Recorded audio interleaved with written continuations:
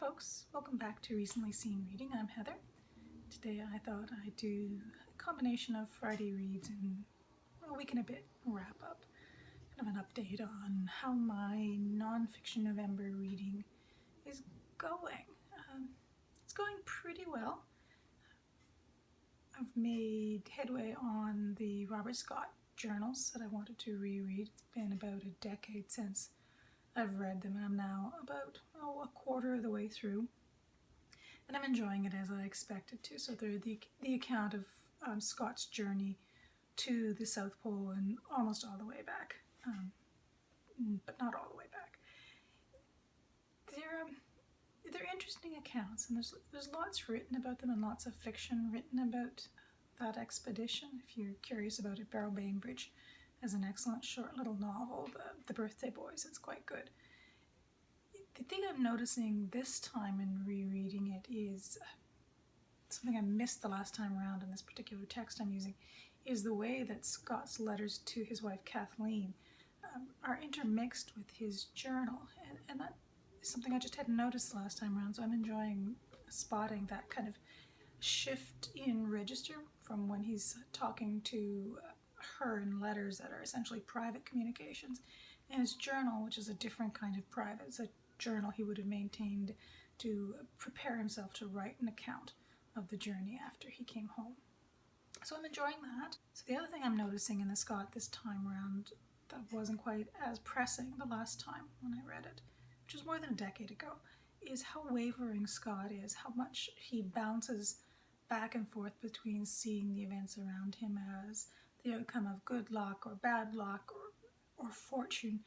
And it's a habit of mind that doesn't really serve him well. This isn't a new observation. Lots of people have made this observation about Scott. It allows him, I think, to distribute responsibility for outcomes to good luck, bad luck, fortune, other people. And it's kind of a way of deflecting, looking at his role in some of these events. And in some cases, these events he has no role in. He has no control over things like how thick the ice pack is at that part of the ocean as they're moving towards Antarctica to get set up for their first winter. He has no control over that, but it's an interesting habit of mind that will follow him through his entire journey across the continent. The other thing I've made good headway on is Ben Shepherd's 2005 popular account of the months immediately after the liberation of Belsen in April 1945. So what's its full title? After Daybreak, the liberation of Bergen-Belsen. So this is grim reading, and it's grim for all the reasons you expect it to be. I mean, it's very detailed in its description of the physical condition of the camps, the physical conditions of the corpses, of the survivors who were still, many of them were still suffering from typhus and tuberculosis and dysentery and and starvation and the horrific sanitary conditions. Shepherd, I think, is interested in writing this book because he's trying to figure out where the responsibility for the 14,000 deaths that happened after the point of liberation of Belsen lies. So why was the British military set up unable to save these 14,000 people who died in Belsen after April of 45? And he tries to be even-handed about this.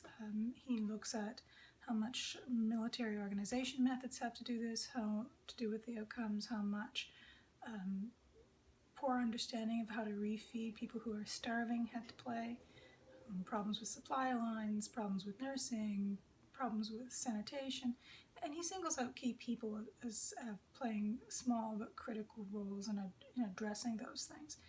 He's attempting to be even-handed about this, while at the same time including accounts from the British doctors who volunteered and the nurses who volunteered to liberate and deal with the starving and dying people, and the survivors themselves and what they thought about what was going on.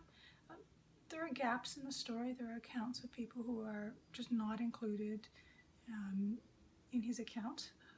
There are also kind of little oddities that you notice as you get through the book a little bit farther, where, for one example, we'll say that no political prisoners were used to do the dirty work. All of it was, of course, dirty work.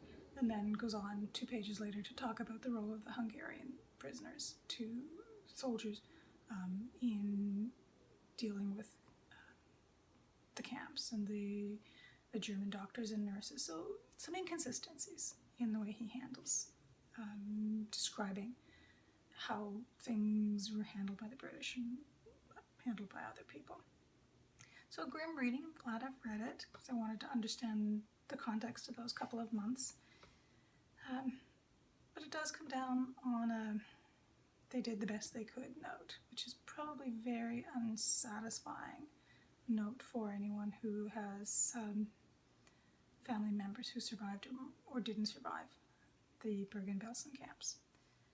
So that was probably a pretty heavy read for me this month.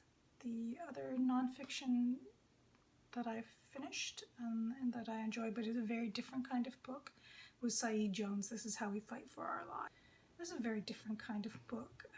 The place is very beautifully written and similar in the kinds of issues it tackles as Ocean Vuong's novel. I think it's actually a better written book than Ocean Vuong's novel. I didn't get on with that one, but Jones has some very beautiful turns of phrases. So it's his account of what it was like to grow up in Texas as a gay black boy and man being raised by a single mother. So it alternates between accounts of Jones figuring out and exploring his sexuality as a young man and his relationship with his mother and grandmother. I think it's worth a read. As a result of reading it, I've requested Jones's volume of poetry from my library because I think there are beautiful phrases in his memoir, and I'm curious about his poetry now. So that's what I've gotten through in terms of fiction for the month so far. None of it particularly light reading or cheerful reading. In terms of fiction, I've read a couple of entertainments, a range of quality, included Le Carre's most recent novel, which is okay. It's not spectacular, but it was okay. A couple of mystery novels. But 3 novels that I think are worth thinking about more, for me in particular, would be Edmund White's 2000 novel, A Married Man. Ultimately, I found this quite a disappointing novel. It's the account of a trio of men who are in various marital relationships with each other. And it's about what it's like, or what it was like, to live with AIDS or to be HIV positive in the times before protease inhibitors were developed. And that was a horrible time. It was a horrible time. So for that reason, it's an important novel for me to have read. It is in part a story about what does marriage mean, what freedoms and obligations does it bring, how do people manage close emotional and sexual relationships in a time of plague. So interesting in that. There's a move at the end of the novel, a lie is revealed, that undoes a lot of the work that White has put into the first, massive chunk of the novel, which I'm not sure why he did that narrative turn, because it undoes everything. I'm not going to reveal what the lie was, but it's an odd thing. I'm not sure what to make of it. So ultimately for me, this was a disappointing novel. Not sure what White was up to with doing that. The other one I finished was Edna O'Brien's Girl. This one's all over the literary press and popping up here on BookTube. And I'm not sure what to make of this one either. I enjoyed it. It's not textually a difficult read, since it is the account of what it's like to be abducted and survive the abduction by a group of Islamic extremists modeled on the Boko Haram, what the effect of that has on one individual woman's or girl's life. And it makes for difficult reading in the way that all accounts about the way rape is used in war. I think this is quite a deft and skilled novel. hews very closely to the protagonist's point of view. It explores the extreme mental and emotional states that surviving something like this involve. But in the end, I found it unsettling in a way I didn't expect. I found the conclusion quite unsettling. I think it's probably a very deliberate turn on O'Brien's part, because the novel is very much about what does home mean, what does it mean to survive, what does it mean to be integrated into a community or to be reintegrated into a previous community. But if I found some of the elements of the conclusion of the novel unsatisfying. And I'm just going to let that sit for a while, and maybe I will reread the novel in the future. The novel I finished that I would wholeheartedly recommend was Joan Thomas's Five Wives.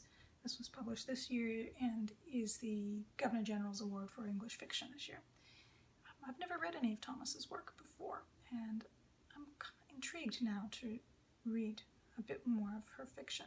I suspect she's quite an underrated Canadian writer, but I'm going to pick up a couple of her novels in the new year and get a better sense of her approach to story. So this novel is an account of 5 evangelical Christian families who go to Ecuador in the mid to late 50s, and the 5 men associated with the family are killed by the indigenous Ecuadorian group that they are missioning to, leaving behind a passel of wives and sisters and children. So Thomas makes it clear from her afterward that she has a childhood understanding of what evangelical Christian approaches to the world mean, and that she's moved away from that. She's very careful in her afterward to talk about how she is and isn't representing the lives of real people, some of whom are still living and many of whose children and grandchildren are still alive. So in a sense, Thomas is careful to distance herself from evangelical beliefs. She's also careful to position her novel as being part of a decolonization effort. So she's very deliberate in not representing the voices of the Ecuadorian people that she's talking about. And she explicitly calls that out in the afterward. And that's an interesting approach to take. It leaves you curious about all of those lives, but curious in a way we should be curious about the impact of these missions on the lives of the indigenous people of Ecuador. So the novel Five Wives moves back and forth in time, so that means it's like catnip to me, because I love novels that do that move from one period of time back into another period of time. So the framing story is essentially the story of David, who's the child of some of these missionaries, and his daughter Abby, who's going through a crisis of faith. And that's a fairly small part of the novel, and it's actually a fairly shallow part of the novel. I think it's not particularly satisfying. If I wanted to see Thomas add another 50 or 100 pages to the novel, I want to see it added to that aspect of the novel, to accounting for Abby and David's lives. But Thomas's focus is primarily, and rightly so, I think, on the women associated with this mission. So the account moves from one person's point of view to another person's point of view. It doesn't account anything from the men who died's point of view. They're represented through the thoughts of their wives, accounts of their journals or letters home not being very far away, just an airplane hop. All of it's told from the point of view of these women. What brought them to Ecuador? What brought them to an evangelical faith? Why did they stay with the faith? What essentially was it like to be a woman in the 50s and have this kind of Christian belief, and have it tied to beliefs around what mothering was, what marital relationships should be like or shouldn't be like, what childbearing was like, what the ethics of mission work were or weren't. An interesting novel. I think Thomas pulls off something quite tricky. She's made me curious about the way missionaries think, without giving me a sense of that I'm being preached to or expected to believe what the missionaries believe. and without being, how to put this, without being explicitly harsh to the choices these figures make. The account is fundamentally anti-missionary. The consequences of the mission are dire for the 5 men involved. They all die, but they're also dire for the people they were trying to mission to or to convert. So I quite admire Thomas's ability to represent the worldview of these missionaries and the choices they made, and to do it in a fairly respectful way while not approving of the choices. So it's very clear in reading the novel where the mistakes were, what the problematic way of looking at the world is. So well done. I think if you liked Miriam Tave's recent novel, you'd like this one. If you like family sagas, you would probably enjoy this one, and I think it's worth a read. It's quite subtle in its approach to the situation. Happy I've read it. So next week I am hoping to make a little bit more progress on my nonfiction November reading. I want to finish up the Scott. I've also picked up a book by Felicity Aston, Alone in Antarctica, which is the account of a solo unsupported ski journey across the continent. She was the first woman apparently to do that. So it doesn't look like it's going to be a particularly long read or difficult read. I'm curious to get through that one. And I want to make some headway in The Corner That Held Them for my Gone with the Book challenge. This is a novel by Sylvia Townsend Warner set in the Middle Ages. So I think that's it for me today. I hope you've had a great reading week, and talk to you later. Bye-bye.